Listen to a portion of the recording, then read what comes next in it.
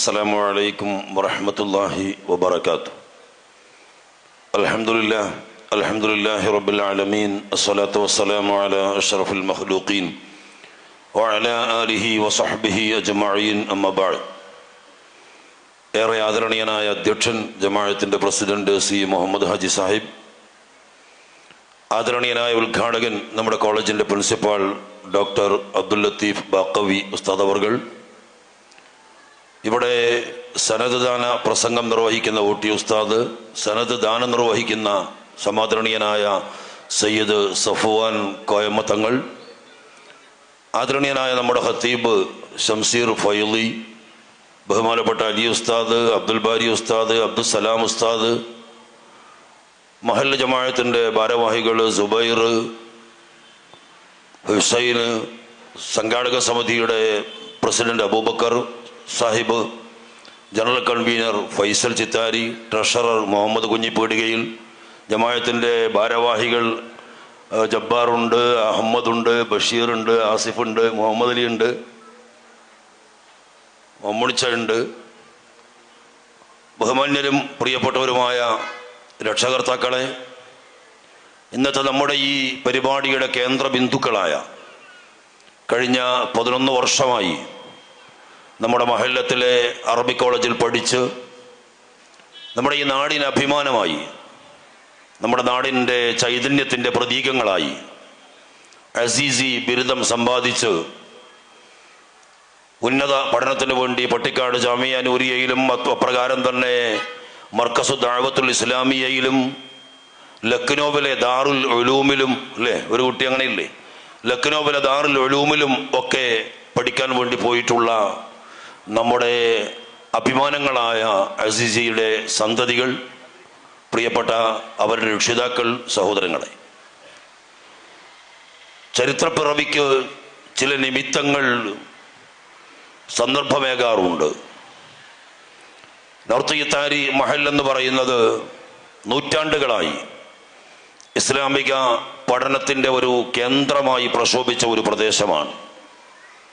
നമ്മുടെ മസ്ജിദ് ഏതാണ്ട് ഒരു 400 കൊല്ലത്തിൻ്റെ എങ്കിലും പഴക്കമുള്ള ഈ മേഖലയിലെ ആദ്യത്തെ ജുമാ മസ്ജിദ് എന്ന് പറയുന്നത് അതിഞ്ഞാൽ ജുമാ മസ്ജിദാണ്.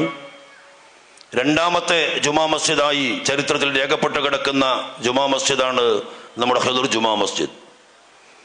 ഈ ഖിദ്ർ ജുമാ മസ്ജിദിന്റെ തുടക്കകാലം മുതൽ തന്നെ ഈ മേഖലയിൽ തന്നെ ധാരാളം പണ്ഡിതന്മാരുണ്ടായി. ആ പണ്ഡിതന്മാർ ഈ മണ്ണിന്റെ വളർച്ചയ്ക്ക് വേണ്ടി, ഇവിടുത്തെ മതകീയമായ വിദ്യാഭ്യാസത്തിന്റെ വികാസത്തിന് വേണ്ടി പ്രവർത്തിക്കുന്ന സാഹചര്യമുണ്ടായി. കേരളക്കരയിലും കർണാടകയിലും ഒക്കെ അറിയപ്പെടുന്ന മഹാനായ കോട്ട അബ്ദുൽ ഖാദർ മുസ്ലിയാരെ പോലെ, ശംസുൽ ഉലമ ഖദ്ദസല്ലാഹു സിർറഹുൽ അസീസ് കോട്ട അബ്ദുൽ ഖാദർ മുസ്ലിയാരെ കുറിച്ച് പറഞ്ഞത് അദ്ദേഹം ഇൽമിന്റെ കോട്ടയാണ് എന്നായിരുന്നു. അദ്ദേഹം ഒരു കേവലം കോട്ടയല്ല, അദ്ദേഹം ജ്ഞാനത്തിന്റെ കോട്ടയായിരുന്നു എന്നാണ്. 4 മദ്ഹബുകളിലും ഫത്വ കൊടുക്കാൻ പ്രാപ്തിയുണ്ടായിരുന്ന, ഇംഗ്ലീഷ് അടക്കമുള്ള ഭാഷകളിൽ പ്രസംഗിക്കാൻ കഴിവുണ്ടായിരുന്ന ഡോക്ടർ മുഹമ്മദ് പിക്താളിനെ പോലെ, മാർമഡിയുക്ക് പിക്താളിനെ പോലെ, ജോർജ് ബർണാഡ് ഷേ പോലുള്ള ആളുകളുടെ പുസ്തകങ്ങൾ ഇംഗ്ലീഷിൽ ഉദ്ധരിച്ചുകൊണ്ട് പ്രസംഗിക്കാൻ കഴിഞ്ഞിരുന്ന അത്യുജ്വല പ്രഭാവനായ പണ്ഡിതനായിരുന്നു മഹാനായ കോട്ട അബ്ദുൽ ഖാദർ മുസ്ലിയാർ. ആ മഹാനവർകൾ അടക്കം ദർസ് നടത്തിയ ഒരു ദർസ് ഉണ്ടായിരുന്ന സ്ഥലമാണ് നോർത്ത് ഇത്താരി. അവിടെയാണ് 11 കൊല്ലങ്ങൾക്ക് മുമ്പ് നമ്മുടെ എല്ലാം പ്രിയങ്കരനായ മെട്രോ മുഹമ്മദ് ഹാജി സാഹിബ്, മെട്രോ മുഹമ്മദ് ഹാജി സാഹിബ് എന്ന് പറയുന്നത് നമ്മുടെ നാടിന് കാലം സമ്മാനിച്ച മുത്താണ്. നമ്മുടെ നാടിന് മാത്രമല്ല, അദ്ദേഹത്തിന് അള്ളാഹു നൽകിയ, അദ്ദേഹത്തെ കുറിച്ചൊരു ഡോക്യുമെന്ററി ഇറങ്ങുന്നുണ്ട്. ആ ഡോക്യുമെന്ററിയുടെ ആമുഖത്തിൽ അവിടെ കുറിച്ചു വച്ചിരിക്കുന്ന വാക്കിൽ പറഞ്ഞതുപോലെ നമ്മളൊക്കെ അള്ളാഹുവിന്റെ പ്രതിനിധികളാണ്. ഹസ്രത്ത് ആദം അലൈഹിസ്സലാത്തു വസ്സലാമിനെ അള്ളാഹു സൃഷ്ടിക്കുമ്പോ അള്ളാഹു മലക്കുകളോട് പറഞ്ഞൊരു വാക്യമുണ്ട്,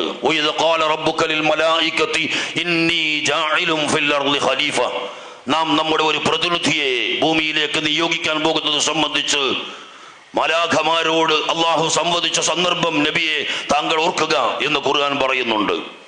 പുണ്യപ്രവാചകർ സല്ലല്ലാഹു അലൈഹി വസല്ലമയുടെ ഹദീസിൽ മനുഷ്യനെ അള്ളാഹു സൃഷ്ടിച്ചിരിക്കുന്നത് അള്ളാഹുവിന്റെ പ്രതിനിധിയായിട്ടാണ് എന്നും പ്രവാചകർ അരുളുന്നുണ്ട്. അങ്ങനെ അള്ളാഹുവിന്റെ പ്രതിനിധിയായി മനുഷ്യനെ അള്ളാഹു ഈ ഭൂമുഖത്തേക്ക് നിയോഗിക്കുമ്പോ ആ പ്രാതിനിധ്യത്തെ അർത്ഥപൂർണമാക്കുക എന്നതാണ് ഓരോ മനുഷ്യന്റെയും നിയോഗമെങ്കിൽ അള്ളാഹു അവന്റെ സ്വഭാവമായി നമ്മുടെ മുമ്പിൽ പ്രകടിപ്പിക്കുന്നത് അവന്റെ സൂര്യൻ, അതിന്റെ വെളിച്ചം എല്ലാവർക്കും ഉള്ളതാണ്. അവന്റെ നിലാവ്, അതിന്റെ കുളിര് എല്ലാവർക്കും ഉള്ളതാണ്. അവൻ പെയ്യിക്കുന്ന മഴ അതെല്ലാവർക്കും അവകാശപ്പെട്ടതാണ്. അവൻ മുളപ്പിക്കുന്ന ധാന്യങ്ങൾ മുളച്ച് വരുമ്പോ ഈ ഭൂമിയിൽ ഉണ്ടാകുന്ന ഉൽപ്പന്നങ്ങൾ അതെല്ലാവർക്കും ഉള്ളതാണ്. അള്ളാഹുവിൻ്റെതായി എന്തൊക്കെയുണ്ടോ അത് ഈ ഭൂമുഖത്തെ സകല ചരാചരങ്ങൾക്കുമായി സമർപ്പിച്ചിരിക്കുന്ന പടച്ചവൻ. ആ പടച്ചവന്റെ പ്രതിനിധിയായി ഭൂമിയിൽ നിയോഗിച്ച മനുഷ്യൻ, ആ മനുഷ്യനോട് അള്ളാഹുവിന്റെ കൽപ്പന, നീ എന്റെ പ്രതിനിധിയാകണം. എന്നെ പോലെ നിനക്ക് ഞാൻ നൽകിയിട്ടുള്ള അനുഗ്രഹങ്ങൾ, നിനക്ക് ഞാൻ നൽകിയിട്ടുള്ള മേന്മകൾ, നിനക്ക് ഞാൻ നൽകിയിട്ടുള്ള കഴിവുകൾ, ആ കഴിവുകൾ ഈ പ്രപഞ്ചത്തിന്റെ നന്മക്ക് വേണ്ടി ഉപയോഗിക്കാൻ നിനക്ക് സാധിക്കണം. ആ ഒരു കൽപ്പനയെ സ്വന്തം ജീവിതത്തിലൂടെ സാർത്ഥകമാക്കി തീർക്കാൻ സാധിച്ചിട്ടുള്ള ഒരു മനുഷ്യനാണ് ഡോക്ടർ മുഹമ്മദ് അലി സാഹിബ് എന്ന് പറയുന്നത്.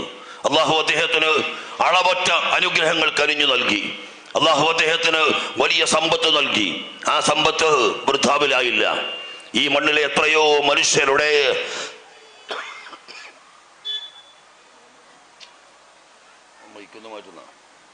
പശിയകറ്റാൻ, ഈ മണ്ണിലെ എത്രയോ മനുഷ്യർക്ക് ആലംബമേകാൻ, ഈ മണ്ണിലെ എത്രയോ മനുഷ്യർക്ക് അവലംബമാകാൻ, ഈ മണ്ണിലെ എത്രയോ സ്ഥാപനങ്ങൾക്ക് ബലമേകാൻ, ഈ മണ്ണിലെ എത്രയോ പ്രസ്ഥാനങ്ങൾക്ക് കരുത്തു പകരാൻ അദ്ദേഹത്തിന്റെ സമ്പത്ത് മടിശീല തുറന്നു വെച്ചു. മടിയേതുമില്ലാതെ ലക്ഷങ്ങൾ വാരി കോരി കൊടുത്തുകൊണ്ട് എത്രയോ പ്രസ്ഥാനങ്ങളെ, എത്രയോ മനുഷ്യരെ, എത്രയോ സ്ഥാപനങ്ങളെ അദ്ദേഹം ഔന്നത്യങ്ങളിലേക്ക് എത്തിച്ചു. ആ എത്തിക്കുന്ന കൂട്ടത്തിൽ അദ്ദേഹം തന്റെ നാടിനെയും മറന്നില്ല. 29 കൊല്ലമാണ് ഈ മഹലിന്റെ പ്രസിഡന്റ് പദവിയിൽ ഡോക്ടർ മുഹമ്മദ് ഹാജി സാഹിബിന് ഇരിക്കാൻ ബാധ്യത ഉണ്ടായത്. ആ 29 കൊല്ലവും ഈ നാടിനെ അദ്ദേഹം ചേർത്തു പിടിച്ചു. ഈ നാടിന്റെ മസ്ജിദ് നിർമ്മാണത്തിൽ വന്നിട്ടുള്ള ബാധ്യതകൾ തീർക്കുന്നതിൽ അദ്ദേഹം മുന്നിൽ നിന്നു. ഈ നാടിന്റെ അസീസിയ അപ്പാർട്ട്മെന്റ് സ്ഥാപിക്കുന്നതിൽ അദ്ദേഹം മുന്നിൽ നിന്നു. ഈ നാടിന് ഒരു ഇംഗ്ലീഷ് മീഡിയം സ്കൂൾ വേണമെന്ന് Sharjah committee, Abu Dhabi committee, Gulf കമ്മിറ്റിയുടെ ഭാരവാഹികളും പ്രവർത്തകരും ആഗ്രഹം പ്രകടിപ്പിച്ചപ്പോ അസീസിയ ഇംഗ്ലീഷ് മീഡിയം സ്കൂൾ സ്ഥാപിക്കാൻ ആദ്യം അദ്ദേഹം കേരള ഗവൺമെന്റ് സിലബസിൽ ഒരു LP സ്കൂള് അതിന്റെ അംഗീകാരം വാങ്ങിയെടുത്തു. പിന്നെ കേന്ദ്ര ഗവൺമെന്റിന്റെ CBSE സിലബസിന്റെ അംഗീകാരം വാങ്ങിയെടുത്തു. അതിനുവേണ്ടി തനിക്കുള്ള രാഷ്ട്രീയ സ്വാധീനം ഉപയോഗപ്പെടുത്തുക മാത്രമല്ല, താൻ നേരിട്ട് ഡൽഹിയിൽ പലവട്ടം പോയി കേന്ദ്രത്തിലെ മന്ത്രിമാരെ കാണേണ്ടവരെ കാണേണ്ടതുപോലെ കണ്ട് അംഗീകാരം വാങ്ങുകയുണ്ടായി. ആ നിലയിൽ അസീസിയ ഇംഗ്ലീഷ് മീഡിയം സ്കൂൾ ഇന്ന് നമ്മൾ കാണുന്ന രൂപത്തിൽ അദ്ദേഹം വളർത്തിയെടുത്തു. അതിനിടയിലാണ് ത്രയങ്ങളുടെ ഒരു സംഗമം നടക്കുന്നത്. 3 വ്യക്തികൾ, ഒന്ന് മെട്രോ മുഹമ്മദ് ഹാജി, മറ്റൊന്ന് CB മുഹമ്മദ് ഹാജി, മൂന്നാമത്തേത് അഷ്റഫ് അൽ മിസ്ബാഹി. ചരിത്രമാണ്. ചരിത്രത്തിൽ നടന്നു പോയിട്ടുള്ള ഒരു സംഗതിയെയും നമ്മൾ ആരെങ്കിലും വിചാരിച്ചാൽ മായ്ക്കാൻ കഴിയില്ല. ആർക്കെങ്കിലും അത് മാറ്റിമറിക്കാനും കഴിയില്ല. അത് യാഥാർത്ഥ്യമാണ്. ആ 3 പേരുടെ സംഗമം, ആ സംഗമത്തിൽ നിന്നാണ് അറബിക് കോളേജ് എന്ന ആശയം ഉയർക്കൊള്ളുന്നത്. നോർത്ത് ഇത്താലിയിലെ 8-9 ചെറുപ്പക്കാരെ, കുട്ടികളെ, ദർസിൽ പഠിക്കുന്ന, മദ്രസയിൽ പഠിക്കുന്ന കുട്ടികളെ അവർക്ക് അറബിക് കോളേജിൽ ചേരാനുള്ള പ്രചോദനം ഉണ്ടാക്കി കൊടുത്തുകൊണ്ട് പട്ടിക്കാടേക്ക് അയച്ചത്, മറ്റു കോളേജുകളിലേക്ക് അയച്ചത് നമ്മുടെ നിസാമും നമ്മുടെ നിയാസും അതുപോലുള്ള ധാരാളം ആളുകൾ. അവർ ഫൈദിമാരും അതുപോലെ മിസ്ബാഹിമാരും അപ്രകാരം തന്നെ അവര് ദാരിമിമാരും അതുപോലുള്ള ബിരുദങ്ങൾ നേടിയിട്ട് ഇവിടെ കടന്നു വന്നത് മിസ്ബാഹിയുടെ പ്രചോദനം കൊണ്ടാണ്. ആ മിസ്ബാഹിയാണ് നമുക്ക് ഈ ദർസ് ഒരു അറബിക് കോളേജാക്കി മാറ്റണം എന്ന കാഴ്ചപ്പാട് ഡോക്ടർ മുഹമ്മദ് അലി സാഹിബിന്റെ മുമ്പിൽ വെക്കുന്നത്. ഏതു നന്മയുടെ നിർദ്ദേശവും ഇരുകൈയും നീട്ടി സ്വീകരിച്ച് ആ നിർദ്ദേശത്തോടൊപ്പം ചരിക്കാൻ, മുന്നിൽ നിൽക്കാൻ എക്കാലത്തും പ്രാപ്തി കാണിച്ചിട്ട് എനിക്കറിയാം. ഞാൻ അദ്ദേഹത്തോടൊപ്പം 20 കൊല്ലം കാഞ്ഞങ്ങാട് സംയുക്ത ജമാഅത്തിന്റെ അദ്ദേഹം പ്രസിഡന്റും ഞാൻ സെക്രട്ടറിയുമായി പ്രവർത്തിച്ച ആളാണ്. 20 കൊല്ലം ഒരു മാറ്റവുമില്ലാതെ എനിക്കറിയാം. സംയുക്ത ജമാഅത്ത് ശിഹാബ് തങ്ങൾ മാംഗല്യ നിധി എന്ന് പറയുന്ന ഒരു പദ്ധതിക്ക് രൂപം കൊടുക്കാം എന്നൊരു നിർദ്ദേശം വെച്ചപ്പോ അതിന് മുന്നോട്ട് വന്ന് 12 ലക്ഷം രൂപ, ആദ്യത്തെ കൊല്ലം 27 ലക്ഷം രൂപ ഞങ്ങൾ സഹായമായി കൊടുത്തപ്പോ അതിൽ 12 ലക്ഷം രൂപ നൽകിയിട്ട് ആ പദ്ധതിക്ക് തുടക്കം കുറിക്കാൻ തയ്യാറായ നേതൃത്വമായിരുന്നു ഡോക്ടർ മുഹമ്മദ് അലി സാഹിബിൻ്റെത്. ഭൂദാന പദ്ധതി സംയുക്ത ജമാഅത്ത് ആവിഷ്കരിച്ചപ്പോ ആ ഭൂദാന പദ്ധതിയിലേക്ക് 17 ലക്ഷം രൂപ ഭൂദാന പദ്ധതിയും സംയുക്ത ജമാഅത്തിന്റെ സുവർണ ജൂബിലി ആഘോഷവും ഏതാണ്ട് 70 ലക്ഷം രൂപയോളം ചെലവ് വന്ന ആ പദ്ധതിക്ക് വേണ്ടി 17 ലക്ഷം രൂപ സ്വന്തം കയ്യിൽ നിന്ന് തന്ന് മുന്നിൽ നിന്ന് നയിച്ച നായകനായിരുന്നു മെട്രോ മുഹമ്മദ് അലി സാഹിബ്. അദ്ദേഹത്തിന്റെ ആ രൂപത്തിലുള്ള സമീപനം, ആ സമീപനത്തിന്റെ ഫലമായിട്ടാണ് ആദ്യം പുതിയ വളപ്പിൽ കുഞ്ഞാമു എന്ന തന്റെ പിതാവിന്റെ പേരിൽ ഗ്രൗണ്ട് ഫ്ലോറും 1ാം നിലയുമുള്ള അറബിക് കോളേജ് ആദ്യം അദ്ദേഹം നിർമ്മിക്കുന്നത്. അത് കഴിഞ്ഞ് അദ്ദേഹത്തിന്റെ മാതാവ് മുനിയങ്കോട് ദൈനബ ഉമ്മ മരിച്ചപ്പോ ആ ദൈനബ ഉമ്മയുടെ പേരിൽ 2ാമതൊരു ഫ്ലോർ കൂടി അദ്ദേഹം കെട്ടി ദാനം ചെയ്യുകയുണ്ടായി. അവിടെ നമ്മൾ അറബിക് കോളേജ് ആരംഭിച്ചു. ആ അറബിക് കോളേജിൽ ഏതാണ്ട് ഒരു ഘട്ടത്തിൽ 70-ലധികം കുട്ടികൾ ഉണ്ടായിരുന്നു എന്നാണ് എൻ്റെ ഓർമ്മ. 70ഓളം കുട്ടികൾ, അല്ലേ? 70ഓളം കുട്ടികളുടെ ഒരു കാലം. ആ കാലത്തു നിന്ന് കുറച്ച് കുട്ടികൾ ഉസ്താദുമാർ പോകുമ്പോൾ അവരെ കൂടെ പിരിഞ്ഞു പോകുന്ന അവസ്ഥയുണ്ടായി. വേറെ ചില കുട്ടികൾ കൊഴിഞ്ഞു പോകുന്ന അവസ്ഥയുണ്ടായി. നമുക്ക് ഇത്രയും ആളുകളെ ഇന്ന് ബിരുദം കൊടുത്ത് അയക്കാൻ കഴിഞ്ഞു. ഏതൊരു അറബിക് കോളേജും ബിരുദം കൊടുക്കുന്നു എന്ന് പറഞ്ഞാൽ ഇക്കൊല്ലം ബിരുദം കൊടുത്താൽ അടുത്ത കൊല്ലവും പിറ്റത്തെ കൊല്ലവും ബിരുദം കൊടുക്കാൻ കഴിയുന്ന രൂപത്തിൽ ഒരു തുടർച്ചയുണ്ടാകേണ്ടതാണ്. പക്ഷെ നിർഭാഗ്യവശാൽ നേരത്തെ പ്രസിഡന്റ് പറഞ്ഞതുപോലെ നമുക്ക് എല്ലാ വർഷവും അഡ്മിഷൻ കൊടുക്കാൻ കഴിയാത്തത് കൊണ്ട് അങ്ങനെ ഒരു തുടർച്ച അസാധ്യമായിരിക്കുന്നു. പക്ഷെ ഒന്നുണ്ട്, ഇതൊരു നന്മയാണ്. ഈ നന്മ അവസാനിപ്പിക്കാനുള്ളതല്ല, ഈ നന്മ തുടരാനുള്ളതാണ്. എന്തുകൊണ്ടെന്നാൽ വിജ്ഞാനത്തിന് അത്രയേറെ പ്രാധാന്യം നൽകിയ ഒരു ദീനാണ് ഇസ്ലാം എന്ന് പറയുന്നത്. നിങ്ങൾ പണ്ഡിതന്റെ മഷിത്തുള്ളി രക്തസാക്ഷിയുടെ രക്തത്തെക്കാൾ വിലപ്പെട്ടതാണ് എന്ന് പഠിപ്പിച്ച പുണ്യപ്രവാചകന്റെ ജന്മദിനം നമ്മൾ ഇന്നലെയാണ് കൊണ്ടാടിയത്. കാഞ്ഞങ്ങാടും പരിസരത്തുമൊക്കെ ഇന്നാണ് പലയിടത്തും ഘോഷയാത്രകളും മറ്റു പരിപാടികളുമൊക്കെ നടന്നിട്ടുള്ളത്. നിങ്ങൾ ഒരു ദീൻ പഠിക്കുന്ന ഒരു മനുഷ്യന് വേണ്ടി അവന് ഒരു ഉടുപ്പ് കൊടുക്കുന്നുവെങ്കിൽ, ഒരു നേരത്തെ ഭക്ഷണം കൊടുക്കുന്നുവെങ്കിൽ, മറ്റേതെങ്കിലും ഒരു കിതാബ് സഹായിക്കുന്നുവെങ്കിൽ അതിൻ്റെ വണ്ണമായ പ്രതിഫലത്തെക്കുറിച്ച് ചെറുതു മുതൽ വലിയ കിതാബുകൾ വരെ വളരെ വിശദമായി പ്രതിപാദിക്കപ്പെട്ടിട്ടുണ്ട്. പുണ്യപ്രവാചകന്റെ വചനങ്ങളിൽ പറയപ്പെട്ടിട്ടുണ്ട്. ഞാൻ നേരത്തെ പറഞ്ഞ ആദം നബി അലൈഹിസ്സലാത്തു വസ്സലാം തന്നെ ആ മഹാനായ പ്രവാചകനെ മലക്കുകൾ സുജൂദ് ചെയ്യുന്നുണ്ട്. സുജൂദ് ചെയ്യാനുള്ള കൽപ്പന മലക്കുകൾ പാലിച്ചപ്പോ അത് ലംഘിച്ച ഇബ്ലീസ് സ്വർഗത്തിൽ നിന്ന് പുറത്തായിട്ടുണ്ട്. എന്തായിരുന്നു ആദമിന്റെ യോഗ്യത? അലൈഹിസ്സലാത്തു വസ്സലാം വഅല്ലമ ആദമൽ അസ്മാഅ കുല്ലഹാ, ആദമിനെ നാം സകല നാമങ്ങളും പഠിപ്പിച്ചു. എന്റെ മുമ്പിൽ നിൽക്കുന്ന ഇസ്ലാമിന്റെ സഹോദരങ്ങളെ, മുസ്ലിം സഹോദരങ്ങളെ, നമ്മൾ മനസ്സിലാക്കേണ്ട ഒരു കാര്യം എന്താണെന്നറിയോ? ഈ ലോകത്ത് എന്തൊക്കെ മാറ്റങ്ങൾ ഉണ്ടായാലും, ഈ ലോകത്ത് എന്തൊക്കെ പുതിയ കണ്ടുപിടുത്തങ്ങൾ ഉണ്ടായാലും, ഈ ലോകത്ത് എന്തൊക്കെ പുതിയ സാങ്കേതിക വിദ്യകളുടെ വിനിമയങ്ങൾ ഉണ്ടായാലും, അതിന്റെ വികാസം ഉണ്ടായാലും, നിങ്ങൾ ഉറപ്പിച്ചോളൂ, അന്ന് സ്വർഗത്തിൽ വെച്ച് അള്ളാഹു പഠിപ്പിച്ച് ആദം നബി അലൈഹിസ്സലാത്തു വസ്സലാം പഠിച്ചിട്ടുള്ള കാര്യങ്ങളല്ലാതെ, ആദമിനെ പഠിപ്പിച്ചിട്ടുള്ള നാമങ്ങളിൽ പറയുന്ന വിപ്ലവമല്ലാതെ, മാറ്റങ്ങളല്ലാതെ ഈ ലോകത്തുണ്ടാകാൻ പോകുന്നില്ല. കാരണം അള്ളാഹു എല്ലാം നമ്മുടെ പിതാവായ ആദം നബി അലൈഹിസ്സലാത്തു വസ്സലാമിനെ പഠിപ്പിച്ചു. വഅല്ലമ ആദമൽ അസ്മാഅ കുല്ലഹാ, നാം സകല നാമങ്ങളും ആദമിനെ പഠിപ്പിച്ചുവെന്നാണ് അള്ളാഹു പറയുന്നത്. നാമത്തിലാണ് ഏതൊന്നിന്റെയും അസ്തിത്വം. ഞാൻ എന്നത് ബഷീർ ആകുമ്പോഴാണ് നിങ്ങൾക്കറിയാൻ കഴിയുന്നത്. പ്രസിഡന്റ് സി മുഹമ്മദ് കുഞ്ഞി ആകുമ്പോഴാണ് നിങ്ങൾക്കറിയാൻ കഴിയുന്നത്. നിങ്ങൾ ഓരോരുത്തരും നിങ്ങളുടെ പേര് പറയപ്പെടുമ്പോഴാണ് നിങ്ങളെ മറ്റുള്ളവർക്ക് അറിയാൻ കഴിയുന്നത്. അങ്ങനെ ഈ ലോകത്തുണ്ടാകുന്ന എന്തും അറിയുന്നത് നാമം കൊണ്ടാണെങ്കിൽ ആ നാമം മുഴുവൻ ഈ ലോകത്ത് മനുഷ്യന്റെ പിതാവായ ആദ്യത്തെ മനുഷ്യനായ ആദം നബി അലൈഹിസ്സലാത്തു വസ്സലാമിനെ അള്ളാഹു പഠിപ്പിച്ചുവെന്നാണ് നമ്മൾ മനസ്സിലാക്കേണ്ടത്. നിങ്ങൾ ആരെങ്കിലും കരുതിയോ AI ഇത് ആദം പഠിക്കാത്ത അറിവിന്റെ പുറത്താണെന്ന് നിങ്ങൾ ആരെങ്കിലും കരുതിയോ? എന്താണ് GP ചാറ്റോ? പുതിയ ചാറ്റ് ഉണ്ടല്ലോ, എന്തായാലും പറയാ, ചാറ്റ് GB അല്ലേ? ചാറ്റ് GB ആദം അലൈഹിസ്സലാത്തു വസ്സലാം പഠിച്ചതിന്റെ പുറത്താണ് എന്ന് അല്ല. ഇനി നാളെ ഒരു പുതിയ പുരോഗമനത്തിന്റെ, പുതിയ കണ്ടുപിടുത്തത്തിന്റെ, പുതിയ സാങ്കേതികതയുടെ വളർച്ചയുണ്ടായാൽ അതും ആദം നബി അലൈഹിസ്സലാത്തു വസ്സലാമിന് അല്ലാഹു റബ്ബുൽ ഇസ്സത്ത് പഠിപ്പിച്ചു കൊടുത്ത ആ പഠിപ്പിന്റെ അറിവിന്റെ ഭാഗമാണ് എന്ന് നിങ്ങൾ തിരിച്ചറിയേണ്ടതുണ്ട്. ആ അറിവ് സ്വായത്തമാക്കിയത് കൊണ്ടാണ്. ആരാധന കൊണ്ടുള്ള ഇബാദത്തല്ല, ആരാധന കൊണ്ടുള്ള സുജൂദല്ല, അത് അല്ലാഹുക്ക് മാത്രം അവകാശപ്പെട്ടതാണ്. ആദരവിന്റെ ഒരു സുജൂദ്, ആദരവിന്റെ ഒരു വണക്കം, ആദരവിന്റെ ഒരു കീഴ്പ്പെടൽ, ആ കീഴ്പ്പെടൽ മാലാഖമാരെ കൊണ്ട് അള്ളാഹുവിന്റെ കൽപ്പനയല്ലാതെ മറ്റൊന്നും പ്രവർത്തിക്കാൻ സാധിക്കാത്ത ഒരു സൃഷ്ടിവർഗമാണ് മലക്കുകൾ. ആദം നബിക്ക് പോലും അപജയം സംഭവിച്ചു. അല്ലാഹു കൊടുത്ത കൽപ്പന ഇബ്ലീസ് വന്ന് പിഴപ്പിച്ചപ്പോ ആദം നബിക്ക് പോലും അവിടെ വീഴ്ച വന്നു, പഴം തിന്നു, സ്വർഗത്തിൽ നിന്ന് ബഹിഷ്കൃതനായി. പിന്നെ ആദം നബി തൗബ ചെയ്തു, അതൊക്കെ ഖുർആൻ പറയുന്നുണ്ട്. പക്ഷെ അങ്ങനെ ഒരു വീഴ്ചയും പറ്റാത്ത ഒരു വിഭാഗമാണ് അള്ളാഹുവിന്റെ പടപ്പുകളിൽ മലക്കുകൾ. ആ മലക്കുകളെ കൊണ്ടാണ് ഹസ്രത്ത് ആദം അലൈഹി സ്വലാത്തു വസ്സലാമിന് അള്ളാഹു സുജൂദ് ചെയ്യിപ്പിക്കുന്നത് എന്ന് നമ്മൾ തിരിച്ചറിയേണ്ടതുണ്ട്. അത്രമാത്രം പ്രസക്തിയുള്ള ഒരു കാര്യമാണ് അറിവ്. ഇന്നത്തെ ലോകം നമ്മൾ സാധാരണ പഠിക്കുന്ന അറിവുകൾ കൊണ്ട് അതിജയിക്കാൻ കഴിയുന്ന ഒരു ലോകമല്ല. പുതിയ ലോകം നിങ്ങൾ അറിയണം. നേരത്തെ ഇവിടെ അബ്ദുൽ ലത്തീഫ് ബാഖവി പറഞ്ഞല്ലോ, ഇന്ന് നമ്മൾ നേരിടേണ്ടത് നിരീശ്വരവാദികളെയാണ്. ഇന്ന് നമ്മൾ നേരിടേണ്ടത് ഇസ്ലാമിൽ നിന്ന് പുറത്തു പോയിട്ടുള്ള എക്സ് മുസ്ലിങ്ങളെയാണ്.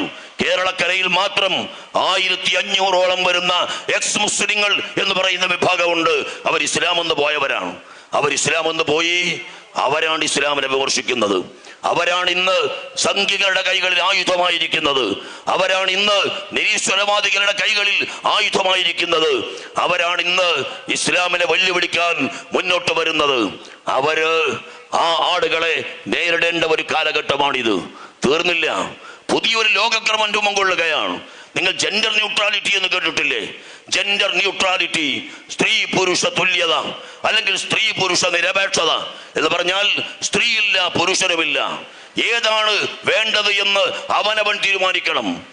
എനിക്ക് 18 വയസ്സായാൽ, ജെൻഡർ ന്യൂട്രാലിറ്റി എന്നൊരു നിയമം നടപ്പിലായാൽ 18 വയസ്സ് കഴിഞ്ഞ് എനിക്ക് തീരുമാനിക്കാം ഞാൻ ആണാണോ പെണ്ണാണോ എന്ന്. ജന്മം കൊണ്ട് ഞാൻ ആണായാലല്ല, ജന്മം കൊണ്ട് ഞാൻ പെണ്ണായാലല്ല, മറിച്ച് എനിക്ക് 18 വയസ്സ് കഴിഞ്ഞാൽ ഡിക്ലെയർ ചെയ്യാൻ അധികാരം നൽകുന്ന ഒരു വ്യവസ്ഥക്കാണ് ജെൻഡർ ന്യൂട്രാലിറ്റി എന്ന് പറയുന്നത്. അമേരിക്കയിൽ നടപ്പിലായപ്പോൾ എന്തു സംഭവിച്ചു? 2024 അമേരിക്കയിലെ ഏറ്റവും മികച്ച വനിത ഒരു പുരുഷനാണ്. ഏറ്റവും മികച്ച വനിത നടക്കുമല്ലോ. ഏറ്റവും നല്ല പുരുഷൻ, ഏറ്റവും നല്ല പെണ്ണ് എന്നൊക്കെ പറഞ്ഞ് മത്സരം നടക്കൂലേ? അങ്ങനെ അമേരിക്കയിൽ നടന്ന മത്സരത്തിൽ 2024 തെരഞ്ഞെടുക്കപ്പെട്ട ഏറ്റവും മികച്ച വനിത ഒരു പുരുഷനാണ്.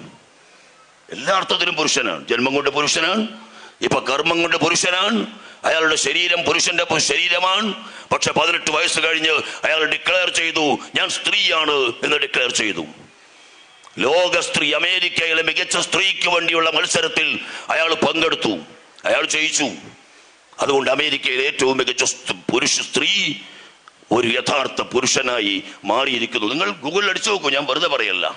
The best women in America on 224 എന്നൊന്ന് അടിച്ചു നോക്കൂ. നിങ്ങൾക്കൊക്കെ ഗൂഗിളില്ലേ, ഒന്ന് അടിച്ചു നോക്കൂ. കാലിഫോർണിയയിലെ ഒരു ജയിലിൽ ഒരു പ്രതി, ഒരു കുറ്റവാളി ആ ജയിലിലേക്ക് വരുന്നു. അയാള് സ്വന്തമായി ഞാൻ പെണ്ണാണ് എന്ന് പ്രഖ്യാപിച്ച ഒരാളായിരുന്നു. സ്വാഭാവികമായും പെണ്ണെന്ന് പ്രഖ്യാപിച്ച ഒരാളെ പുരുഷന്മാരുടെ സെല്ലിൽ അടക്കാൻ പറ്റില്ല.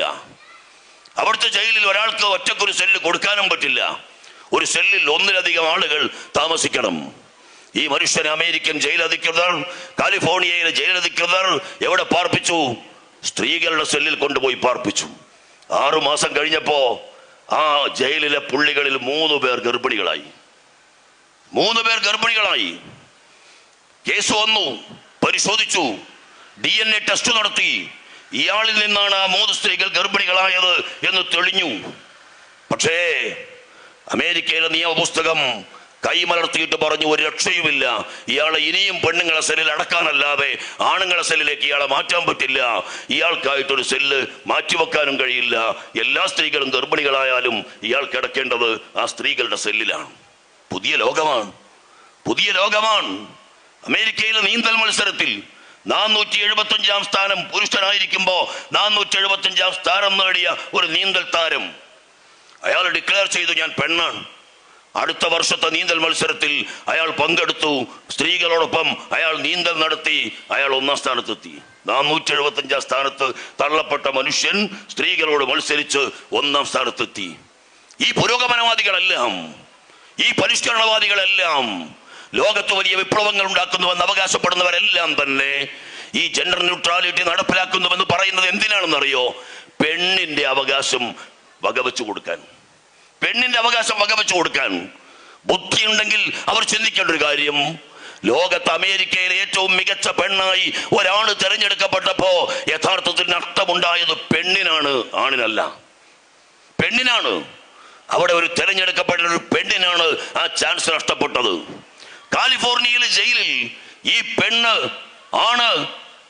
പെണ്ണായി ആണുങ്ങളുടെ സെല്ലിൽ പ്രവേശിച്ച് 3 സ്ത്രീകൾ ഗർഭിണികളായപ്പോ ആ ഗർഭം കൊണ്ടുള്ള ദുരിതങ്ങൾ പേറേണ്ടി വന്നത് പെണ്ണാണ്, മെച്ചമുണ്ടായത് ആണിനാണ്.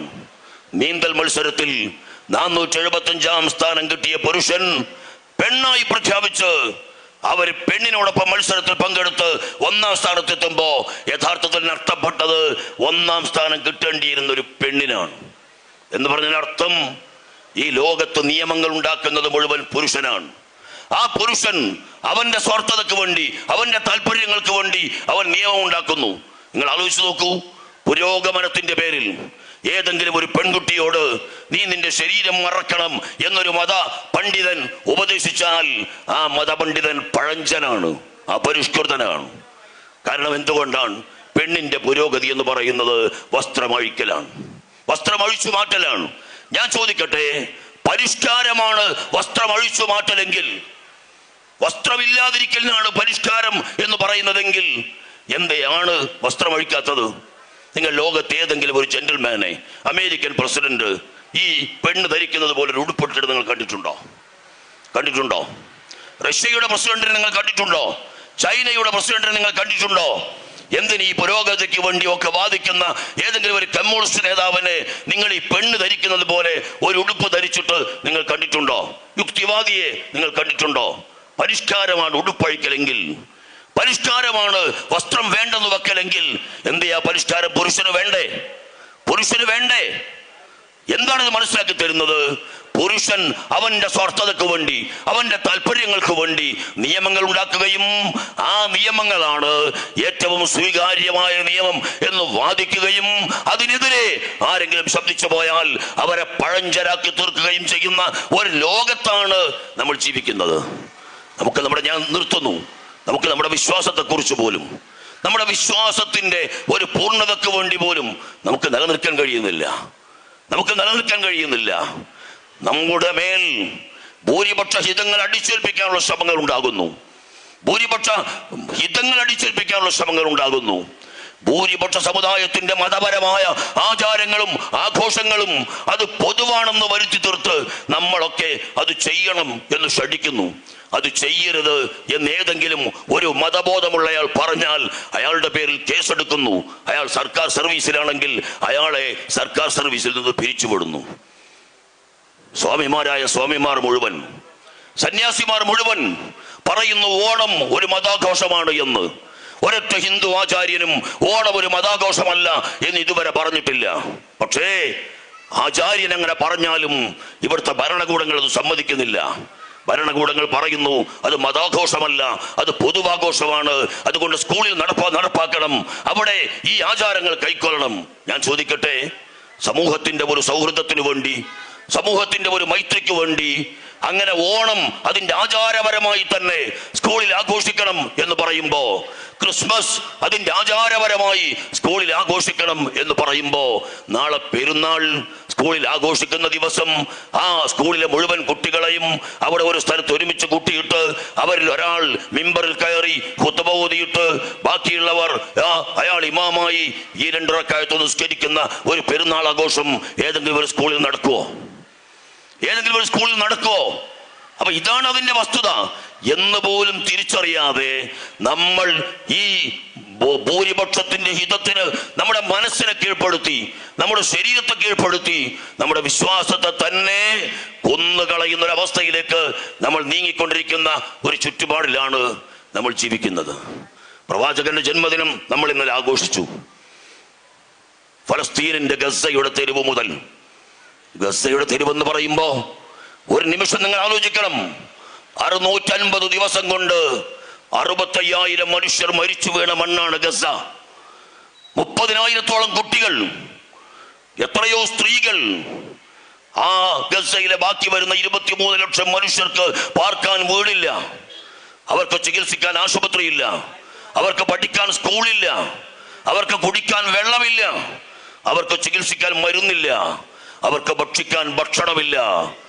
പ്ലാസ്റ്റിക്കിന്റെ കുപ്പിയിൽ നിറച്ച ധാന്യങ്ങൾ ഈജിപ്തിൽ നിന്നും അതുപോലെ മറ്റു പല രാജ്യങ്ങളിൽ നിന്നും കടലിൽ ഒഴുക്കുമ്പോ ആളുകൾ കൈ ഉയർത്തി പ്രാർത്ഥിക്കുകയാണ്, പടച്ചവനെ ഇത് ഫലസ്തീനിലേക്ക് എത്തിച്ചേരണമേ എന്ന്. ആ നിലക്ക് ആർത്തനാദം പൊഴിക്കുന്ന ഫലസ്തീനിലെ മക്കൾ അവര് നബിദിനം ആഘോഷിച്ചു. ബോംബെയിലെ മുഹമ്മദ് അലി റോഡിലെ മുസ്ലിങ്ങളും നബിദിനം ആഘോഷിച്ചു. ബോംബെയിലെ മുഹമ്മദ് അലി റോഡിലെ മുസ്ലിങ്ങൾ അവരെങ്ങനെ ആഘോഷിച്ചത്? അവർ 500 നോട്ട് കൊണ്ട് മാലയുണ്ടാക്കി, അവർ 500 നോട്ട് കൊണ്ട് പൂക്കൾ ഉണ്ടാക്കി. 500 ഇപ്പൊ ഏറ്റവും വലിയ നോട്ട് ഇന്ത്യയിൽ, അതുകൊണ്ട് 500 കൊണ്ട് ഉണ്ടാക്കിയത്. 2000 ഉണ്ടായിരുന്നെങ്കിൽ ചിലപ്പോ 2000 കൊണ്ട് ഉണ്ടാക്കുമായിരുന്നു.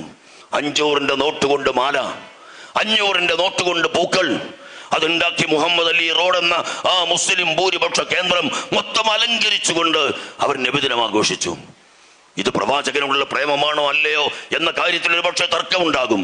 ലോകപ്രശസ്ത ഇസ്ലാം മത പണ്ഡിതൻ, ഇന്ത്യയിലെ ഇസ്ലാമിക ശരീഅത്ത് ബോർഡിന്റെ പ്രസിഡന്റായിരുന്ന, ദാറുൽ ഉലൂം നേരത്തെ പറഞ്ഞല്ലോ, ആ ദാറുൽ ഉലൂം സ്ഥാപനത്തിന്റെ റെക്ടറായിരുന്ന മൗലാന അബുൽ ഹസൻ അലി നദ്വി സാഹിബ് അലി മിയാൻ ഫൈസൽ അവാർഡ് ജേതാവ്, ആ അവാർഡ് സ്വീകരിച്ചുകൊണ്ട് നടത്തിയ പ്രസംഗത്തിൽ അറബ് രാജാക്കന്മാരുടെ മുഖത്ത് നോക്കിക്കൊണ്ട് അദ്ദേഹം ഒരിക്കൽ പറഞ്ഞു, അറബ് ഭരണാധികാരികളെ, നിങ്ങൾ ഇന്ന് അനുഭവിക്കുന്ന ഈ സുഖങ്ങൾ ഉണ്ടല്ലോ, നിങ്ങൾ ഇന്ന് അനുഭവിക്കുന്ന ഈ സുഖഭോഗങ്ങൾ ഉണ്ടല്ലോ, ആ സുഖഭോഗങ്ങൾ മുഴുവൻ 14 നൂറ്റാണ്ട് മുമ്പ് മക്കയിൽ പിറന്ന ആമിനാന്റെ മുത്തുമോൻ നിങ്ങൾക്ക് സമ്മാനിച്ചതാണെന്ന് നിങ്ങൾ മറക്കാതിരിക്കണം എന്ന് അറബ് ഭരണകൂടങ്ങളുടെ മുഖത്ത് നോക്കി പ്രഖ്യാപിക്കാൻ ധൈര്യം കാണിച്ച പണ്ഡിതന്റെ പേരാണ് അബുൽ ഹസൻ അലി നദ്വി.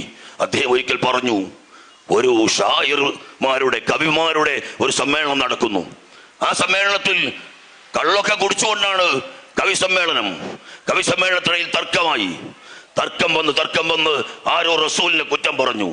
അത് കുറ്റം പറഞ്ഞു കേട്ടപ്പോ ഒരു മുസ്ലിം പേരുള്ള കവി താൻ കുടിച്ചുകൊണ്ടിരുന്ന കള്ളിന്റെ കുപ്പി കുത്തിപ്പൊട്ടിച്ചിട്ട് ആ കുപ്പി കൊണ്ട് അവൻ മരിച്ചുപോയി. നദ്വി സാഹിബ് പറയുന്നത് ഇതും പ്രവാചക പ്രേമത്തിന്റെ ഭാഗമാണെന്നാണ്.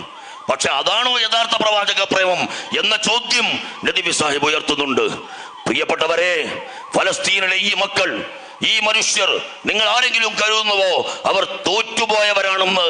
അല്ല, അവർ തോറ്റുപോയവരല്ല. അവരെ സൗദി വിളിക്കുന്നു, അവരെ ഖത്തർ വിളിക്കുന്നു, അവരെ ലോകത്തെ പല രാജ്യങ്ങളും വിളിക്കുന്നു, അവരെ ഏത് രാജ്യത്തേക്ക് അയക്കാനും ട്രംപ് തയ്യാറായി നിൽക്കുന്നു. പക്ഷെ അവർ പറയുന്നു, ഞങ്ങൾ എവിടേക്കും പോകുന്നില്ല, ഞങ്ങൾ ഇവിടെ നിൽക്കും. എന്തിന്? ഖുദ്സിനെ സംരക്ഷിക്കാൻ. ഞങ്ങൾ ഇവിടെ ജീവിക്കും. എന്തിന്? ഇമാം മഹ്ദിയെ സ്വീകരിക്കാൻ. ഞങ്ങൾ ഇവിടെ ജീവിക്കും. എന്തിന്? ഹസ്രത്ത് ഈസാ അലൈഹിസ്സലാത്തു വസ്സലാമിനെ സ്വീകരിക്കാൻ, ഈസാ നബിയെ സ്വീകരിക്കാൻ, മഹ്ദിയെ സ്വീകരിക്കാൻ, മസ്ജിദുൽ അഖ്സയെ സംരക്ഷിക്കാൻ, ഈ പ്രശ്നങ്ങളും പ്രതിസന്ധികളും അഭിമുഖീകരിക്കാൻ സന്നദ്ധരാണെന്ന് പ്രഖ്യാപിക്കുന്ന ആ ജനതയുണ്ടല്ലോ, ആ ജനതയാണ് ജയിച്ചവർ. അവരാണ് വിജയം നേടിയവർ. അവരാൽ ഞാനും നിങ്ങളുമൊക്കെ പരീക്ഷിക്കപ്പെട്ടുകൊണ്ടിരിക്കുകയാണ്. ഞാനും നിങ്ങളുമൊക്കെ നാളെ പടച്ചവന്റെ മുമ്പിൽ ഉത്തരം പറയാൻ ബാധ്യസ്ഥരായിരിക്കുകയാണ് എന്നൊരു ബോധം ഈ നബിദിന കാലം നമുക്കാർക്കും നൽകുന്നില്ലെങ്കിൽ നമ്മൾ പിഴച്ചുപോയി എന്ന് മാത്രമേ ഞാൻ പറയുന്നുള്ളൂ. പ്രിയപ്പെട്ടവരെ, പ്രവാചക പ്രേമം വേണം. ആ പ്രവാചക പ്രേമം പക്ഷേ പ്രവാചകൻ പറഞ്ഞ മാർഗത്തിലൂടെയാകണം. നമ്മുടെ പല കൂട്ടുകാരും ഞാൻ കണ്ടു, കാറിന്റെ ബോണറ്റിൽ, കാറിന്റെ ഡോറിൽ ലാ ഇലാഹ ഇല്ലല്ലാഹ് എന്ന് എഴുതി വെച്ച സ്റ്റിക്കർ ഒട്ടിച്ചിരിക്കുന്നു. നിങ്ങൾ ആലോചിച്ച് നോക്കൂ, അവിടെ എന്തൊക്കെ സംഭവിക്കാം?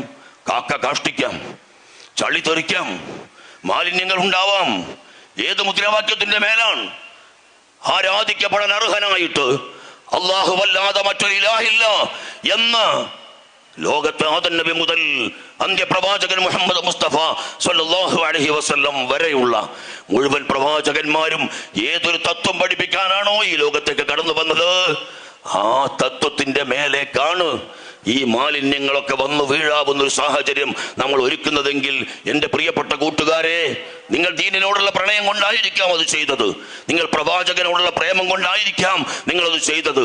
നിങ്ങൾ തെരുവോരങ്ങളിൽ വലിയ ബാനർ കിട്ടുമ്പോ ലാ ഇലാഹ ഇല്ലല്ലാഹ് എന്ന ബാനർ നിങ്ങൾ ആവേശപൂർവ്വം കെട്ടിവെച്ചത് ആ ഒരു ആവേശത്തിനായിരിക്കും. പക്ഷേ ആ ആവേശം ഒരു തരത്തിലൊരു അവമതിപ്പാണ്, ഒരവമതിപ്പാണ്, ഒരവഹേളനമാണ്.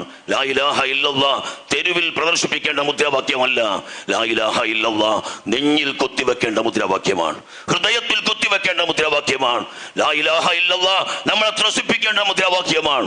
ലാ ഇലാഹ ഇല്ലല്ലാഹ് ഫറോവയെ വെല്ലുവിളിച്ച മുദ്രാവാക്യമാണ്. ലാ ഇലാഹ ഇല്ലല്ലാഹ് നമ്രൂദിനെ വെല്ലുവിളിച്ച മുദ്രാവാക്യമാണ്. ലാ ഇലാഹ ഇല്ലല്ലാഹ് അബൂജഹലിനെ വെല്ലുവിളിച്ച മുദ്രാവാക്യമാണ്. ലാ ഇലാഹ ഇല്ലല്ലാഹ് ഇന്ന് ട്രംപിനെ വെല്ലുവിളിക്കുന്ന മുദ്രാവാക്യമാണ്.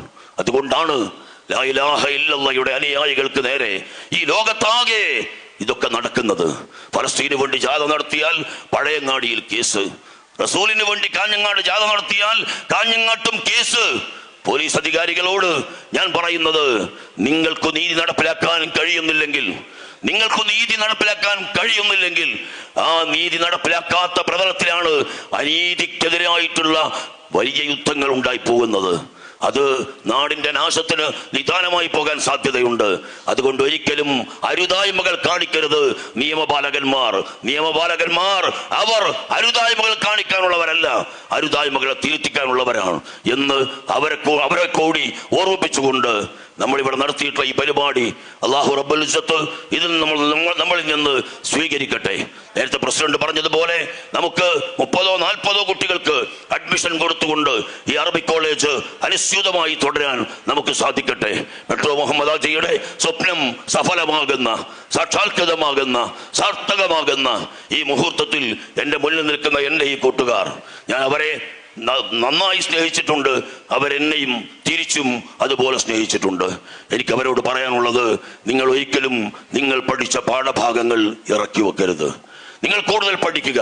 നിങ്ങൾക്ക് പഠനത്തിലൂടെ ലഭിക്കുന്ന അറിവുകൾ നിങ്ങളുടെ ജീവിതത്തിൽ വെളിച്ചമാകുന്നത് പോലെ നിങ്ങൾക്ക് ചുറ്റും ജീവിക്കുന്ന മനുഷ്യർക്ക് വെളിച്ചമാകാൻ പ്രയോജനപ്പെടണം എന്നുകൂടി അവരോട് അഭ്യർത്ഥിച്ചുകൊണ്ട് അല്ലാഹു റബ്ബുൽ ഇസ്സത്ത് മെട്രോ മുഹമ്മദ് ഹാജിക്ക്, അദ്ദേഹത്തിന്റെ പിതാവിന്, അദ്ദേഹത്തിന്റെ മാതാവിന്, അദ്ദേഹത്തിന്റെ കുടുംബങ്ങൾക്ക്, CV മുഹമ്മദ് ഹാജിക്ക്, അതുപോലെ ജീവിച്ചിരിക്കുന്ന ആളുകൾക്ക്, മുമ്പ് നമ്മുടെ ജമാഅത്തിന് നേതൃത്വം കൊടുത്തിട്ടുള്ള ഒരുപാട് മഹാന്മാരായ മനുഷ്യന്മാരുണ്ട്. ഞാൻ ആരുടെയെങ്കിലും പേര് പറയാത്തത് ഏതെങ്കിലും ഒരാളെ വിട്ടുപോയാൽ, പ്രത്യേകിച്ച് ഞാൻ ഈ നാട്ടുകാരൻ അല്ലാതിരുന്ന ഒരാളായതുകൊണ്ട് ഒരുപക്ഷെ പണ്ടൊക്കെ ഇവിടെ ഉണ്ടായിരുന്ന ചിലരെയെങ്കിലും മറന്നു പോകാൻ സാധ്യതയുള്ളത് കൊണ്ട് അത്തരം ഒരു അവിവേകത്തിലേക്ക് ഞാൻ കടന്നു പോകുന്നില്ല. ആ ആളുകൾക്കെല്ലാം തന്നെ അല്ലാഹു പരലോകത്ത് വലിയ വിജയങ്ങൾ സമ്മാനിക്കട്ടെ. നമുക്ക് ഇഹത്തിലും പരത്തിലും അല്ലാഹു വിജയം നൽകി അനുഗ്രഹിക്കട്ടെ എന്ന് പ്രാർത്ഥിച്ചുകൊണ്ട് എല്ലാ നന്മകളും നേർന്നുകൊണ്ട് ബഹുമാനപ്പെട്ട സഫ്വാൻ തങ്ങൾ മജ്‌ലിസുൻ നൂറിന് നേതൃത്വം കൊടുക്കാൻ പോവുകയാണ്. സയ്യിദ് ഹൈദർ അലി ശിഹാബ് തങ്ങൾ നമ്മൾ ഇന്ന് വിട പറഞ്ഞു പോയ പാണക്കാടിന്റെ ആ സുന്ദര സന്താനം. ചിലരൊക്കെ ചോദിക്കുന്നു, എന്താണ് പാണക്കാടിന്റെ മഹത്വം എന്ന്. ഒറ്റ കാര്യമേ ഞാൻ പറയുന്നുള്ളൂ. ഇബ്നു അബ്ബാസ് റളിയല്ലാഹു അൻഹു റിപ്പോർട്ട് ചെയ്ത ഒരു ഹദീസുണ്ട്. ആ ഹദീസിൽ പറഞ്ഞൊരു കാര്യമുണ്ട്, നിങ്ങളൊരു ദിവസം അല്ലാഹുവിന്റെ മസ്ജിദിൽ ഇഅ്തികാഫ് ഇരുന്നാൽ നിങ്ങളും നരകവും തമ്മിൽ 3 കിടങ്ങുകൾ അകലത്തിലാകും എന്ന് നബി പറയുന്നത് ഞാൻ കേട്ടിട്ടുണ്ട്.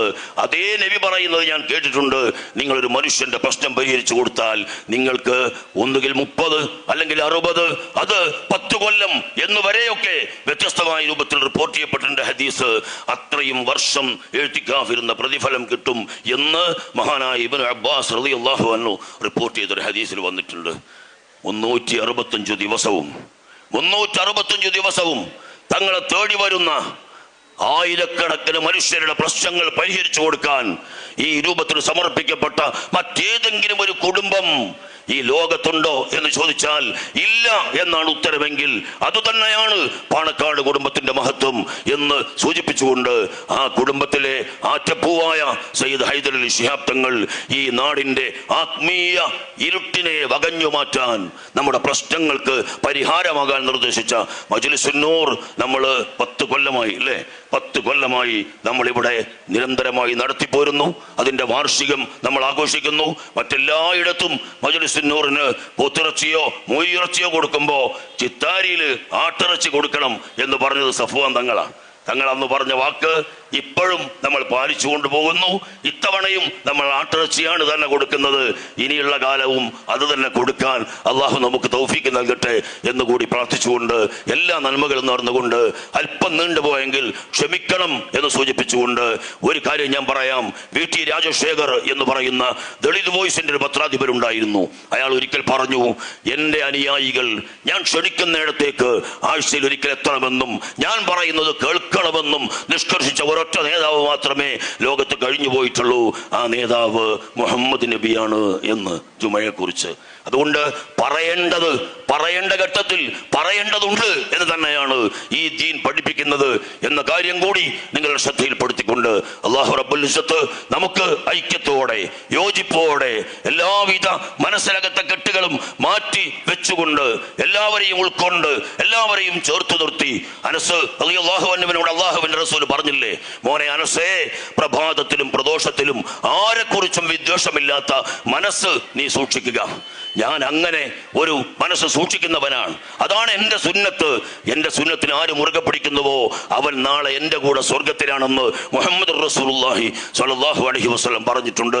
അതുകൊണ്ട് ആരോടും വിദ്വേഷമില്ലാത്ത മനസ്സ് രാവിലെയും വൈകുന്നേരവും കാത്തു സൂക്ഷിക്കാൻ സാധിക്കുന്ന ഒരു തലത്തിലേക്ക് നമ്മുടെയൊക്കെ മനസ്സ് വളർന്നു വരട്ടെ എന്നുകൂടി പ്രാർത്ഥിച്ചുകൊണ്ട് ഞാൻ എൻ്റെ വാക്കുകൾ അവസാനിപ്പിക്കുന്നു. വാഹിർ ദഅ്വാനാ അൽഹംദുലില്ലാഹി റബ്ബിൽ ആലമീൻ. അസ്സലാമു അലൈക്കും വറഹ്മത്തുള്ളാഹി. ഹലോ.